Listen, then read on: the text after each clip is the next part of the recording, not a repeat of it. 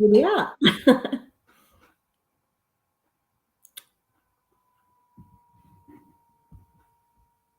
Hi, everyone.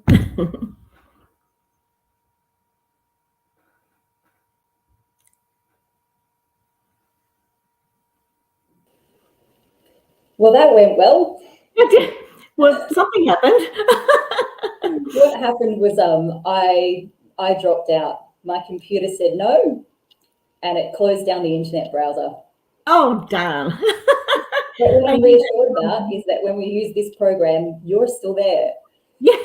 So that's really nice. What did I miss, Julie? Didn't know what to do. But thanks for inviting me. I'm really looking forward to it. Yeah, I'm really pleased to have you here. Whilst I was gone, did you introduce what we're here for or say hi to No, anyone? I didn't.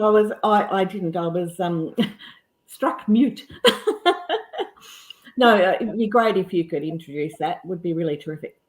Sure. And look, I think this is good in saying that this is a somewhat informal way to talk to you about what we're doing in research around fatigue after stroke.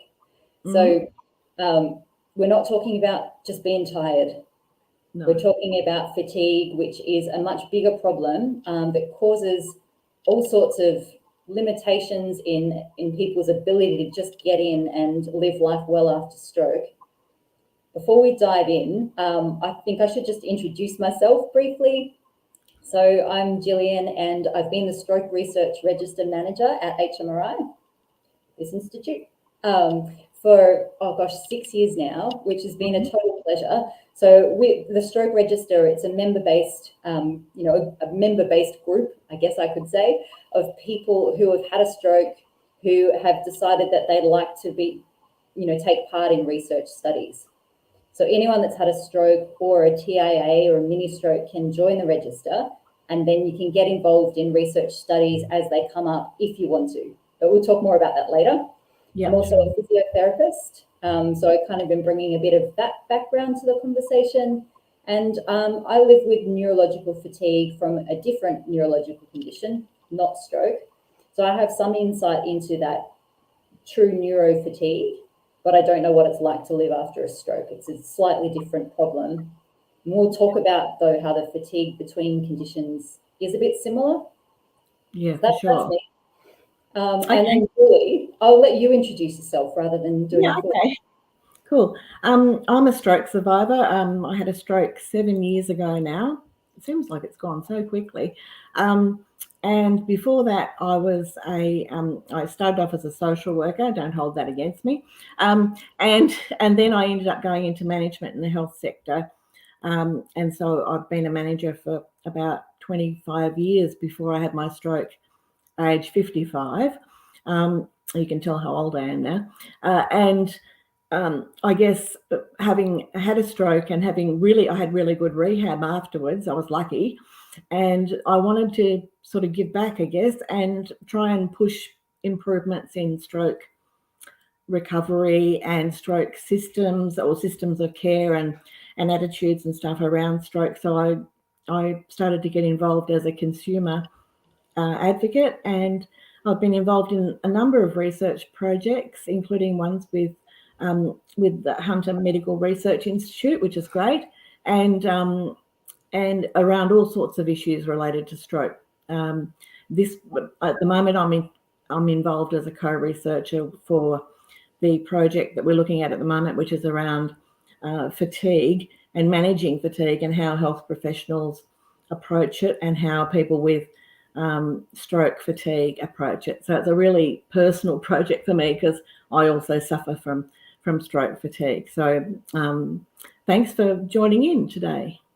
Yeah, and we're really thrilled to have you involved. Before we get into the conversation itself, I want to acknowledge that I'm broadcasting from Awabakal and Warramai Land in Newcastle, in New South Wales.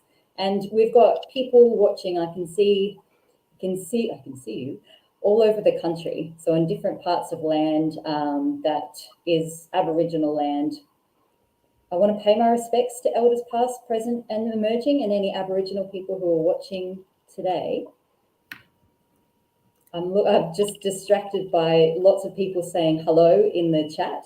the format for now. You're welcome to say hello. You're welcome to say anything encouraging in the chat, but mostly we'd like you to ask questions. And if you would like to share anecdotes as we talk about things, please do, because we'd like this just, to be a discussion rather than a seminar.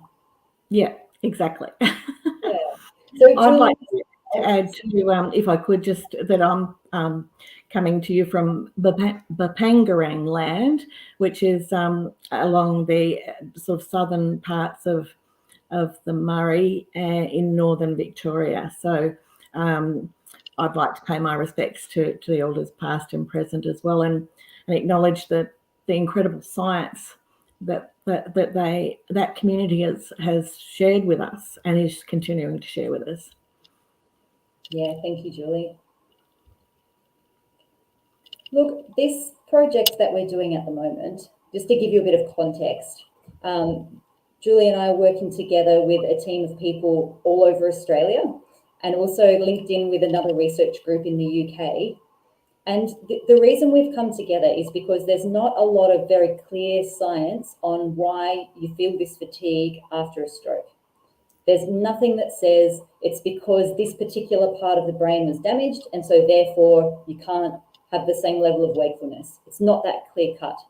So there's lots of science going on and a lot of progress being made, but there still is nothing that we can say definitively to a person, that's why you're fatigued, and so here is a medical treatment, or here is a treatment that will take the fatigue away. And fatigue can last, and I'm here going, well, I don't know how long, because we don't know how long fatigue can last. For some people, it's for their whole life. For other people, it does resolve, and then it's not a problem that's interfering with their life anymore. And at the moment, there isn't science that helps us predict for whom that's going to happen. So it's tricky. Because we don't know that, and we're not satisfied to wait for that, because good science takes a long time, we've been, in a scientific way, crowdsourcing ideas. So we've talked to large groups of people who have had a stroke. We've talked to groups of health professionals who work together with people with stroke, and we're getting ideas about what seems to work and what doesn't at scale, because we figure we need to work out what's already out there to make sure that people are equipped with stuff they actually can do. So there's no cures for fatigue, but we're looking at how can you manage this. And where we're up to at the moment is still the crowdsourcing phase of the research, so to speak. Yeah. So the research started in the UK with the University of Nottingham, I believe, didn't it? Yeah, so Professor Avril Drummond, she's an occupational therapist by background and one of the world's leading researchers in stroke recovery. And there's a couple of other researchers who have done a lot of work, Gillian Mead and others. I won't call them all out because that might give them a hierarchy. But they're people with different disciplines. And actually, now you've brought that up, Professor Coralie English and Dr. Dawn Simpson are two of the people who are involved in what's called the SRRR. Have I got that right? I always stumble over that, but it's the Stroke Recovery and Rehabilitation Roundtable, which is fancy words to say that people who are experts in the field around the world have come together and formed a task force on fatigue, because survivors of stroke have told us it's one of the biggest problems. And involved in that are researchers and an advisory group of people who live with stroke to try and sort out how do we focus our research. And yes, one of the things we're doing is our piece of work to gather ideas to then develop a treatment to test. But other work that's going on is looking at the brain structure and function, and is looking at immune factors, and there's a lot of work going on in the area. Yeah, I suspect that that the work that's going on in the area will attract a lot of attention, particularly now post-COVID, given that a lot of people, or a number of people, have experienced post-COVID fatigue. And I guess there's the wondering about, what is the mechanism of fatigue? And is there a common mechanism for people across different, who are suffering different conditions? Because some of the things seem quite similar. When you talk to people with different conditions who experience neurological fatigue, a lot of the features are similar, or some of them are similar and some are different. Yeah. I think it'll be quite a focus, I think, in this near future anyway. Yeah, absolutely. And you're right. I mean, that brings us kind of to answer one of Clive's questions that he submitted earlier. It's about, do we know whether there's a correlation between the type of stroke that you have or where it is in your brain that helps to predict if you will be someone with fatigue? And the answer, as far as I understand the neuroscience, with the disclaimer that I'm a physiotherapist, not a neuroscientist, is that not really. There really isn't. There is some research that has looked and found some links perhaps, but there's not anything that says strongly enough, if you have a stroke here, you'll have more fatigue. It's more complicated than that. So there is some evidence saying perhaps strokes that happen in the deep back part of the brain are more likely to cause you fatigue compared to if you have a stroke in the front part of your brain. But as far as I understand, oh, look, actually, we've got a neuroscientist in the chat now. So, sorry, watching live stream. Right. So I'm going to try and represent this as accurately as I can. But the biology of fatigue, it's not certain. It's not very clear, except it's got to do with the neural connections. So the electrical conductivity of your brain is disrupted in the stroke. It's got to do with the way the stroke affects your immune system as well. But again, there's lots of areas of research that get into the nitty-gritty of that. And the thing is, it's not been in large enough studies that we can draw any huge conclusions for you if you turn up into a doctor's office and say, look at my brain scan, tell me why I'm fatigued. No one can do that with any level of certainty yet. And even anecdotally, you talk to people who are experiencing a fatigue post-stroke, and they can have had very different kinds of strokes and in different locations in the brain, but be experiencing some similar, symptoms of fatigue. And so it is difficult, I think, to actually, make that. I guess, as you say, we're waiting on the neuroscience to find that. In the meantime, I guess we need to be looking at how to address it for people who do have fatigue, and there doesn't seem to be much agreement on what are the best sort of practices to use in terms of managing fatigue either. The research is sort of short in that area as well. Yeah, it is. And I'm a bit hopeful actually in that research doesn't exist, but to date there hasn't actually been a lot of work to get ideas from people living with it and pull them together. So this piece of work on scale, it's actually going to do that. So, it makes me feel always disheartened when there's problems that have been researched and the answers still aren't clear. There hasn't been a lot of working with survivors of stroke, and there hasn't been a lot of acknowledgement that this is a real problem. I agree. I think probably, it impacts on so many other things as well. Like, when you have a stroke, you might, various people I know have different issues in relation to either sight, hearing, aphasia, physical mobility, but and cognitive issues. But in fact, fatigue impacts on all of those things. In a negative sort of way. So it's actually important, I think, for that sort of very practical research to be happening now. It's wonderful that we're getting so many ideas from different people, from health professionals and from people who had a stroke, and finding out what they've used and what's been successful for them. I think that's really important. Yeah. A bit of action research in a way. Well, it is. And the benefit of doing this at scale and also applying a bit of science around it is that we don't learn things just from the people who have been talking about this. We're learning things from people in different experiences and across the globe, so we can pull together more ideas. I've got, where did this comment go? My excellent skills at hosting and talking at the same time. Instead of lots of we don't know, we can tell you what the initial impressions from this crowdsourcing. So some research has been published from the UK group.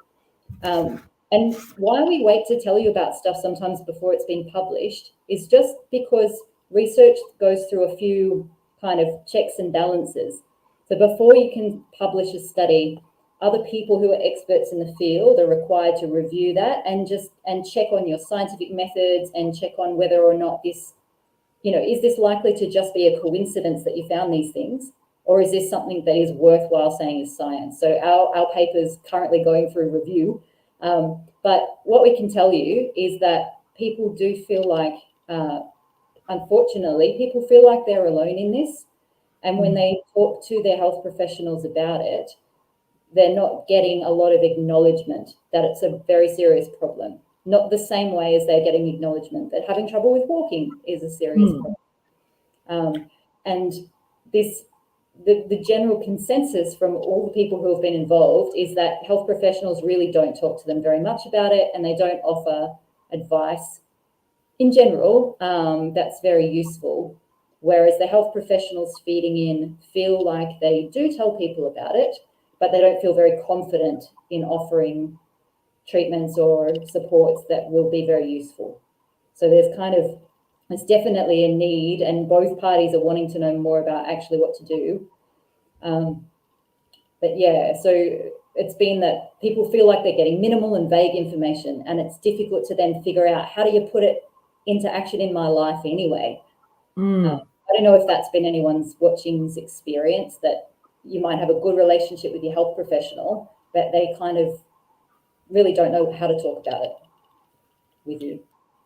I think that's the acknowledgement that fatigue is a possible issue after stroke is actually only just becoming more accepted, I guess, in the academic and maybe even in the health professional community. But because I hear from a lot of people that they talk about the fact that their families don't understand that fatigue is an issue for them. I've experienced that myself, in extended family things or in friends that have no idea that stroke actually affects you that way. Like they might have particular ideas about how stroke affects you, but fatigue isn't really acknowledged as a fairly major factor for people, especially in the early days. So therefore, the person who's experienced a stroke has to kind of, in the midst of everything else that they're sort of feeling and dealing with at the time, sort of post the trauma of stroke, they have to kind of explain to people how they're feeling, but without very much information or backup about what's causing it and, what might assist. So I think, and there's a lot of lack of confidence, I think, out there from people who may want to assert that they can't do a certain thing or that they need to do it for a shorter period of time, and where friends or family might be saying to them, oh, you'll be right, just push through, whatever, you can have a big sleep tonight, whatever, and it's not really very clearly understood, I think, both in the research field or in everyday life. Would you agree? Or yeah, absolutely. You're right, and I've just put up here Patrick's comment saying that people have a good understanding of physical fatigue. yes, and I'm going to imagine that the next thing you would have said is, but not really kind of neurofatigue. So it's really, and the definition of fatigue, when we talk about it in research anyway, it's tiredness that doesn't go away when you just sleep. Like you can't just have a quick nap, and it's not just a feeling of, it's really not tiredness. It's something that affects you more and interferes with your ability to think clearly. I've had people say it's just like the fog rolls in and then there's nothing more you can do. Neurofatigue. I want to just mention, because Nikki, who's watching, is absolutely and completely fairly calling us out, going, yeah, well, people talk to you about it, but what good is that? I guess that's just the thing. At this stage, there hasn't been clear direction for health professionals to say, this is a real problem. It's a real medical problem. So I'm going to think about it like that and try and organise treatment for you. It's been a case of acknowledging it, talking a bit about it, going, oh, let's see whether or not we can, adapt to it. But let's talk about the treatments that are being tested, because that's really a lot more useful for people to be thinking about. And then we can talk about how you can get involved, I think. Yeah.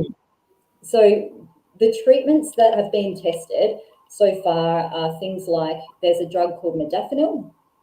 So modafinil is a wakefulness agent. It's not an amphetamine, but it works in a different way and increases your arousal, so to speak. It's been proven to be safe in groups of stroke survivors, but at this stage, the research is still going on to actually work out if it's effective.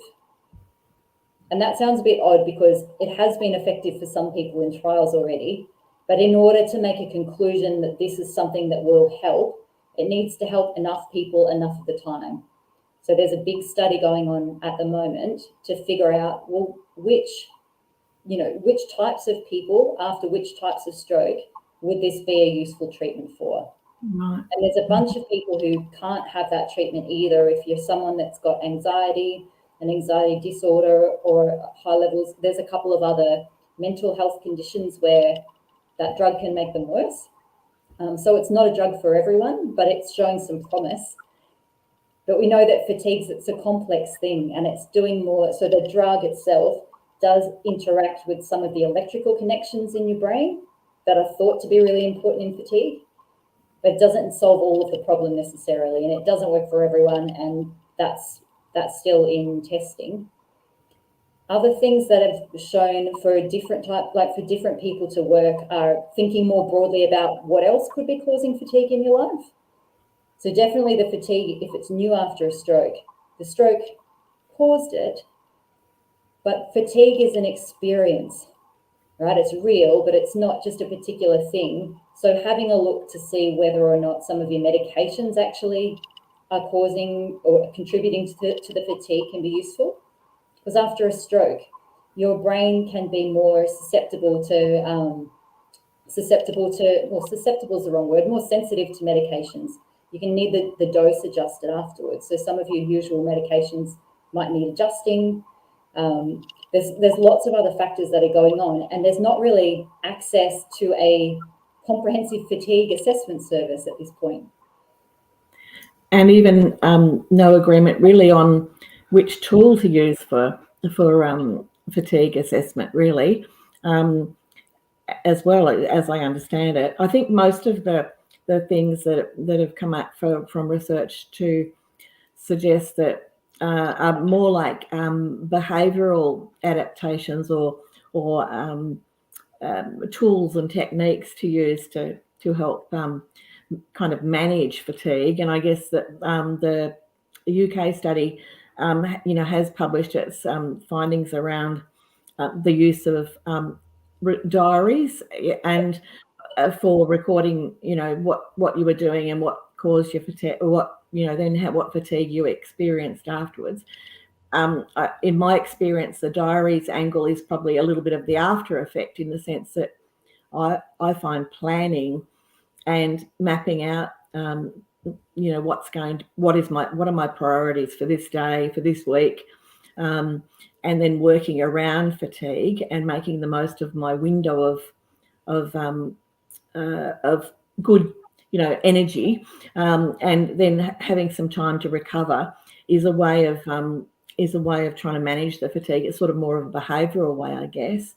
Yeah. And the other thing that I've found really useful is quite a lot of health professionals will talk to you in rehab about, and particularly OTs, will talk to you about pacing yourself, and that kind of doesn't really mean much when you're in hospital, but it does when you come home. And that's, one thing I think, it's probably a really useful thing to think about. Maybe that's an area where we could look at in the future. But I think being aware and having actually someone else in your life be aware of how your fatigue works. My husband and I call him my partner in crime. And because he actually also, kind of can see which things actually fatigue me more than others, or which parts of the week or which parts of the day that I am likely to experience fatigue.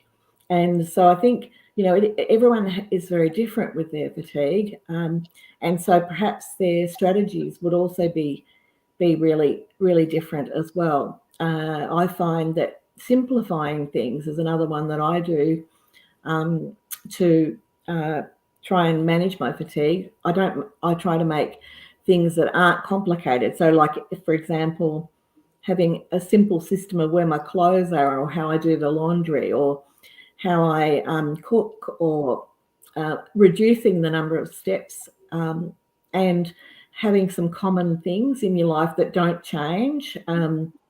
And so, like, I've got a little spot in our sitting room, which I call my command center, which is where everything that I need almost all the time. So, like, phone, address book, journal, postage stamps. Sounds funny. Oh, I still post things.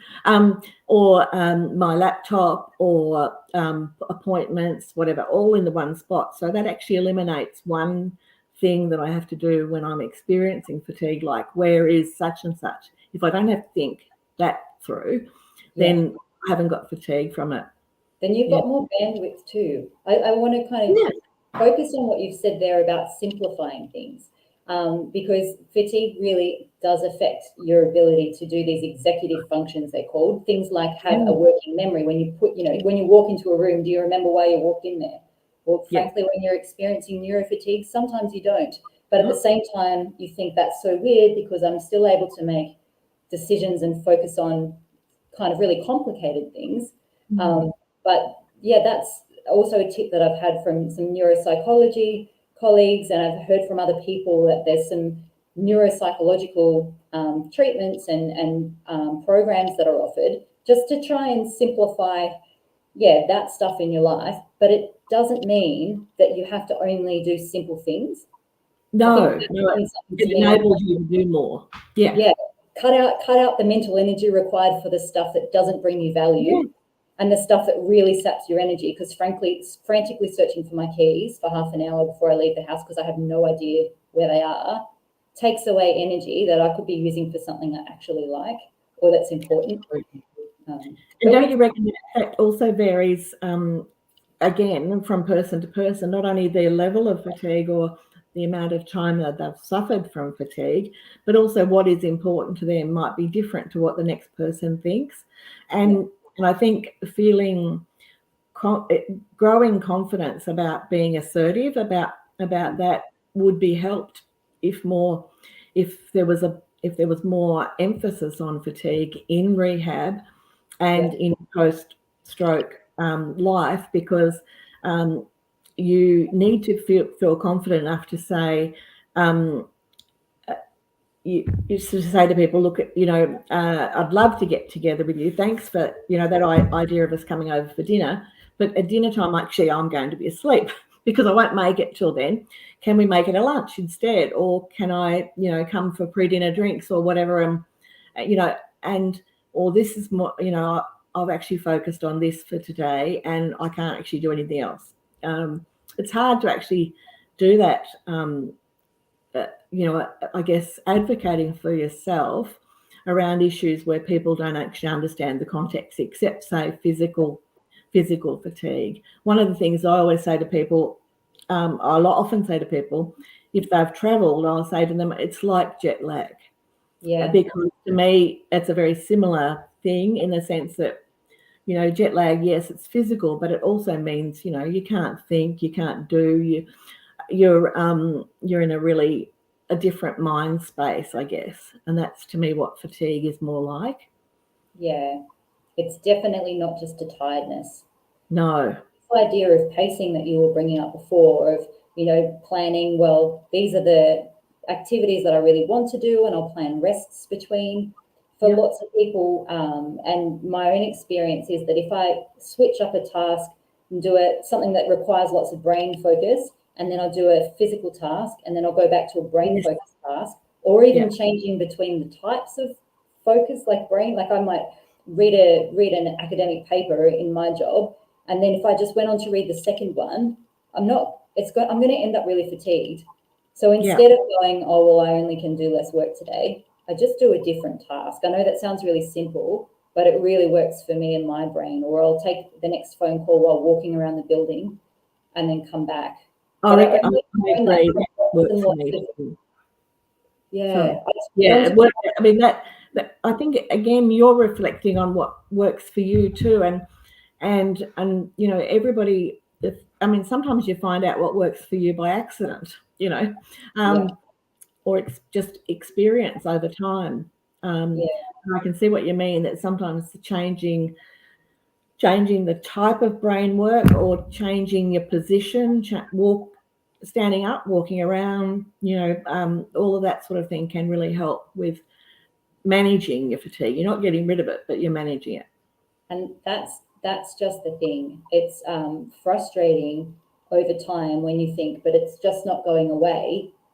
But at the moment, our kind of best bet, whilst we figure out what cures potentially for fatigue could be, is to work out how best to manage it so it stops getting in the way of the things that we want to do, and figuring out what the kind of limits are.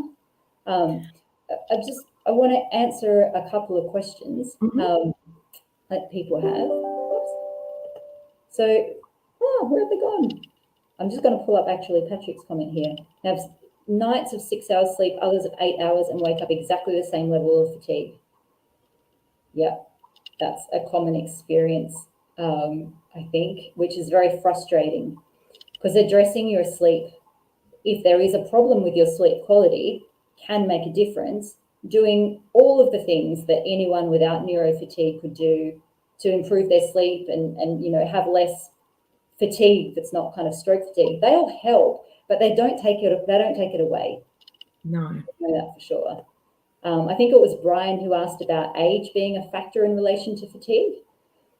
I think not a cop out here. I think that's a complicated situation, because there's fatigue research in lots of different areas, you know, fatigue around people with other chronic illnesses, or there's even studies of fatigue in shift workers. All I can tell you for sure is that plenty of young people who have a stroke deal with lots of fatigue. Yeah. I don't think there's totally, I agree. Yeah. Yeah, Lynn, if you know different relative to stroke, the neuroscientist who's involved, please put a comment in the chat. But no, I don't think there's a strong link, although people who are older are more likely to have a number of different health conditions and are more likely to be taking a number of different medications together. And taking a couple of different medications together can cause fatigue as well. So, you know, possibly, yes, maybe being older, but I'm just theorizing. I don't really know. Can I add in there too? I guess my little pet thing is that quite often after people go beyond rehab and in their life post-stroke, I know a lot of people who actually haven't been referred to a stroke neurologist during that time. And it can often be very useful to have an annual kind of review with the stroke neurologist in terms of some of those things, because they can detect sort of patterns and refer you for other investigations or other treatments if they think it might benefit you.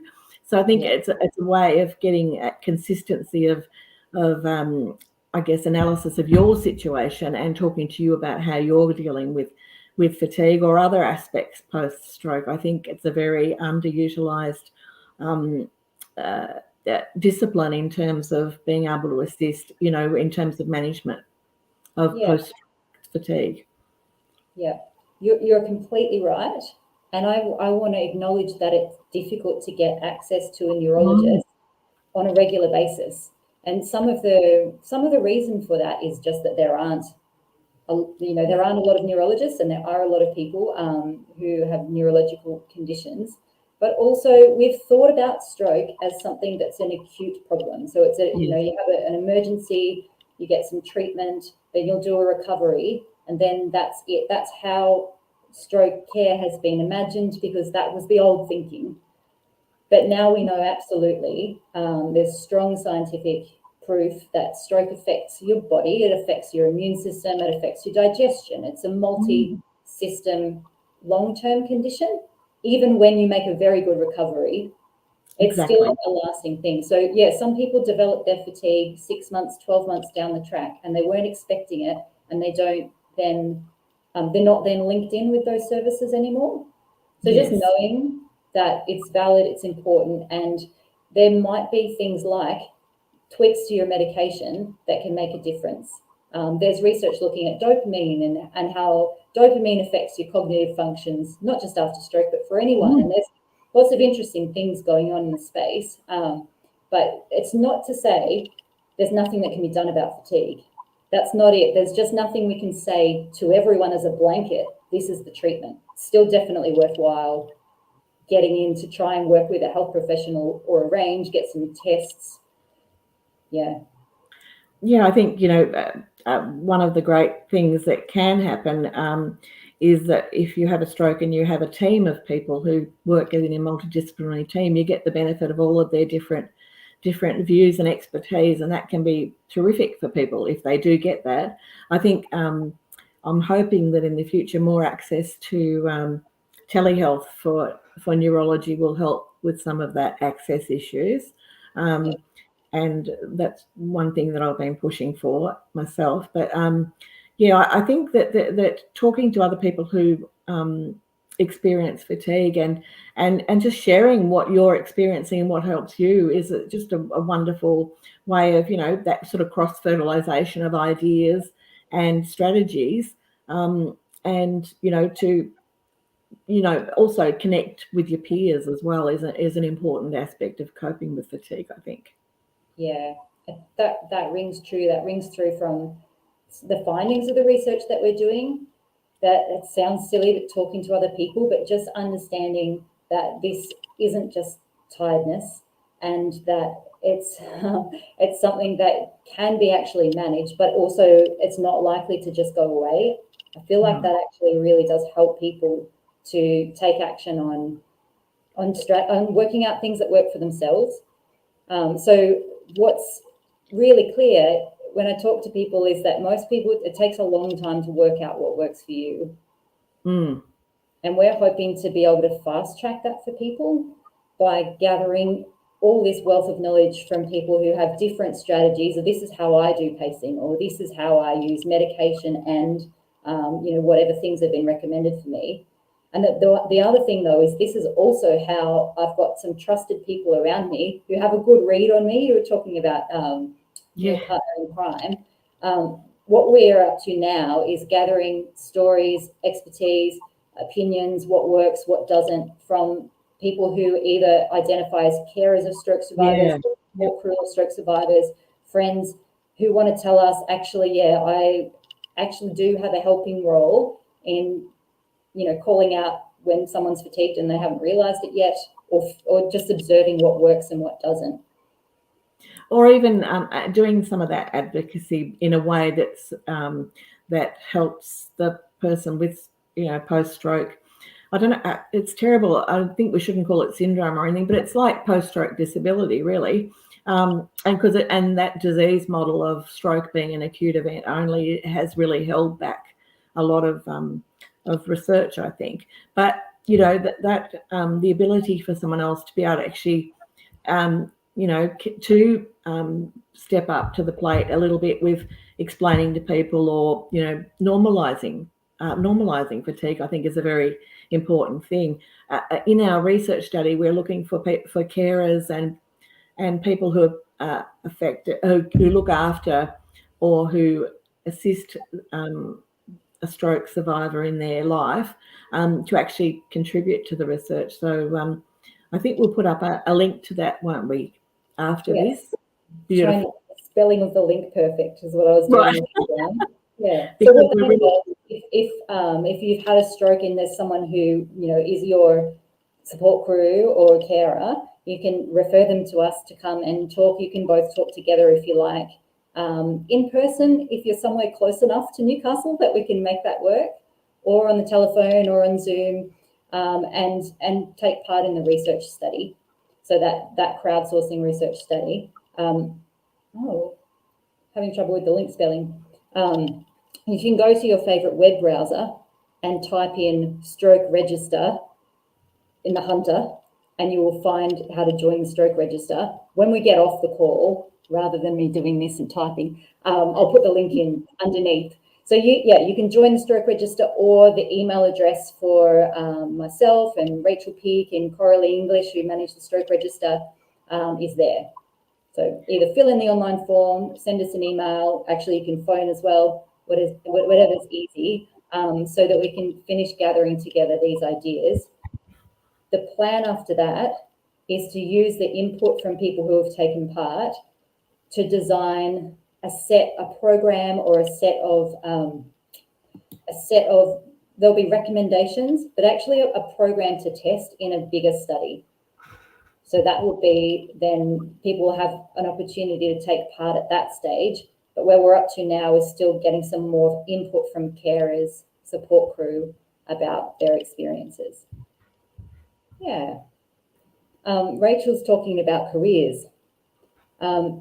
Can you add to that to say, are you asking a question about people working with us professionally, or how fatigue impacts on careers? Because both valid questions. In terms of working with us, if you're interested in getting more involved in research, like Julie is, as what we call a consumer partner, or someone bringing in lived experience expertise to work with scientists and clinicians, please get in touch. As new studies come up, we really do need to work together to design things with people who know what it's like. There's lots of opportunities there, and I can help you through with that. And perhaps a whole, a theme for another Facebook Live is talking about just very practical things for how fatigue does impact on people's careers. I think that could be a whole chat in itself. Maybe talking to some people who have made things work, who have learned lessons. I think that'd be a great idea, because I think it's probably one of the big barriers to people returning to their previous work, because if they've had a great recovery otherwise, physically or whatever, and are still experiencing fatigue, then it is a real barrier to jobs, to doing a number of jobs where concentration has to be continuous. Yeah, and Rachel's comment was about carers. So I'm just putting here, yes, we're looking to talk to carers about how fatigue affects their loved ones, the people that they work with and support. Yes, indeed. Lastly, Brenda's saying, is the study only for stroke survivors with carers and support people? No. So the study had two main parts. One was to do interviews and talk to stroke survivors. And the last phase of this part is to talk to carers. So the survivors of stroke that we've talked to already, they could be anyone with or without a carer, but that part's finished. Please excuse me wobbling around in the background here. My computer's saying it's going to die any moment. I'm just replugging it in. It's probably about time that we finished the live anyway. It's been really lovely chatting to you, Julie. I just want to say, to Brenda's question, there are a couple of studies in Newcastle and others around the country that are looking for people to test new treatments for fatigue. So whilst our study at the moment, crowdsourcing ideas, that's closed for people with stroke, but we still do need to talk to carers and support crew. The trial of modafinil, that's the medication that's useful for some people, is still in progress. So you can get in touch with us and we can link you up those researchers if you're looking for that. And there's a couple of other neuropsychology focused trials going on that I know about, where you join in by Zoom and work on those specific strategies that might work for you. So if you pop a comment there or send a private message, I can help to link you up with any of those going on. And can I just add a bit of a plug for the iRebound online project, which is the website that has been developed as a result of another research project, which has some things on there about how to manage fatigue in relation to food shopping and preparation, and just in general, some techniques and tools that other people have found useful for managing fatigue. And I've done a bit of work on it on my website, purezeal.com.au. I've got a couple of the checklists and things there that you could print out that might help with some strategies and ideas for managing fatigue, and even particularly managing fatigue around social occasions and things like Christmas, which can be, or Hanukkah or whatever, can be really tricky, a bit of a minefield. Yeah, thanks, Julie. That's great. When we get off, I'll also type in the web address for your website. Really appreciate the expertise and the time of coming to chat to us. Keep asking questions, and yeah, let us know if you want more of these. Very, very happy to talk about other things. I'm thinking it's about time to bring a neuroscientist back too, to get into the nitty-gritty of what we do know. And yeah, we'll talk to you soon. That'd be good. Great. Thank you. It's been lovely to have a chat. Bye. Bye, everyone. Bye.